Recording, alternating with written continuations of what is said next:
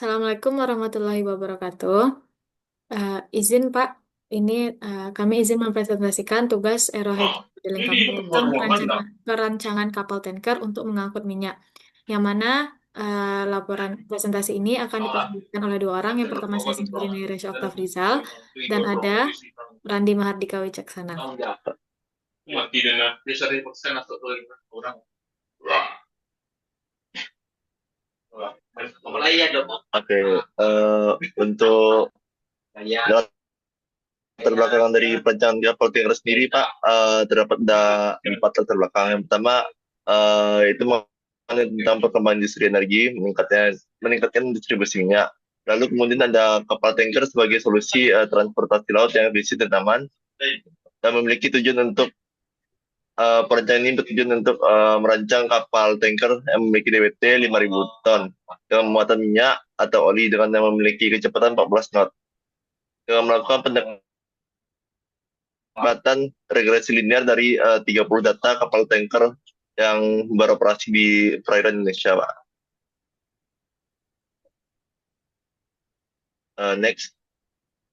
Nah, kemudian untuk rumusan dan tujuannya sendiri, pertama, rumusan dari rancangan ini yaitu bagaimana menentukan dimensi utama kapal tanker menggunakan regresi linear. Dan yang kedua yaitu bagaimana merancang kapal tanker dengan muatan 475 TEU. Tujuannya sendiri, yang pertama, menentukan spesifikasi teknis kapal. Kedua, merancang dimensi utama dan karakteristik desain. Ketiga, memberi gambaran awal desain kapal tanker. Nah, adapun spesifikasi yang ataupun requirement yang diperlukan untuk mendesain sebuah kapal ataupun merancang sebuah kapal, yaitu pertama ada jenis kapalnya, yang mana di sini kami mengkategorikan kapal tersebut sebagai kapal tanker yang memiliki DWT sebesar 5.000 ton dan memiliki kecepatan 14 knot yang nantinya akan mengangkut muatan berupa minyak atau oli, dan muatan sendiri itu memiliki sebesar 475 TU. Nah, jadi dapat kita lihat di tabel tersebut merupakan 30 data kapal tanker yang beroperasi di perairan Indonesia, Pak. Di situ ada terkait DWT-nya, habis itu ada LOA, LPP, dan berbagai komponen yang diperlukan untuk merancang kapal tersebut, Pak. Selanjutnya akan dijelaskan oleh Naya. Izin Pak, selanjutnya ada bagian metodologi, yang mana untuk metodologi ini kami yang pertama itu adalah identifikasi kebutuhan operasional, yang mana identifikasi kebutuhan operasional ini sudah dijelaskan sebelumnya oleh Randi, yang berisi jenis kapal, kecepatan kapal, ataupun besar muatannya.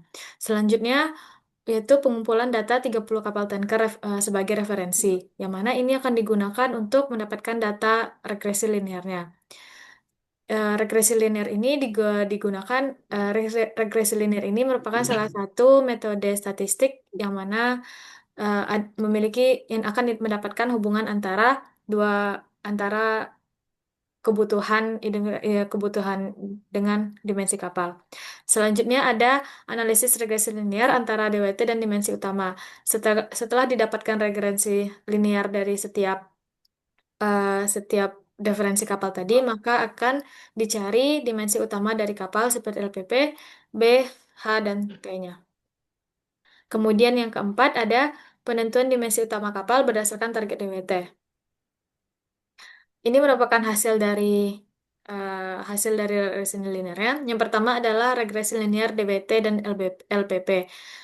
Regresi linear ini dapat dilihat seperti pada gambar, yang mana hasil ini kami dapatkan dengan membuat grafik antara DWT dan LPP dari 30 referensi kapal tadi. Kemudian dari grafik itu maka akan kami dapatkan regresi linearnya. Untuk LPP ini mendapatkan regresi linear sebagai berikut, yang mana ini akan kita masukkan nilai DWT dari kebutuhan, yang mana DWT yang kita butuhkan adalah 5.000 ton. Sehingga didapatkan nilai LPP-nya adalah 72,916 meter. Selanjutnya untuk regresi linear lebar atau B, didapatkan regresi linearnya, kemudian akan dimasukkan lagi X-nya sebagai nilai DWT-nya, sehingga didapatkan lebar dari kapalnya adalah 10,245. Selanjutnya regresi linear DWT dengan H, yang mana H ini sebagai tingginya. Setelah dilakukannya setelah didapatkannya regresi linear dan selanjutnya akan didapatkan nilai ketinggiannya yaitu 5,614 meter. Selanjutnya regresi linear antara DWT dan T. Regresi linear yang didapatkan untuk hubungan antara DWT dan T. T-nya itu yaitu T-nya adalah 3,7 meter. Selanjutnya dimensi utama hasil perancangan setelah didapatkan semua setelah dilakukan pencarian untuk dimensi tadi, maka didapatkanlah dimensi utama pada kapal. Sesuai dengan kebutuhannya tadi, jenis kapal yang kita butuhkan adalah kapal tanker dengan jenis muatannya minyak mentah. Kemudian payload yang dapat itu adalah 475 TEU dengan DWT-nya 5.000 ton. LPP dan BIM tinggi draft ini merupakan kita dapatkan dari hasil regresi linear tadi, yang mana LPP adalah 72,916 meter, BIM adalah 13,245 meter, ketinggian 4,7, ketinggian 5,6, draftnya 4,7, dan kecepatannya 14 knots. Yang mana kecepatan ini kami ambil dari rata-rata kecepatan perairan yaitu 14 knot.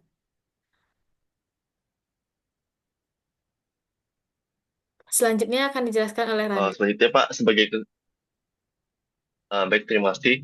Jadi untuk kesimpulan yang dapat kita ambil dari perancangan kapal tanker dengan DWT 5.000 ton, Pak.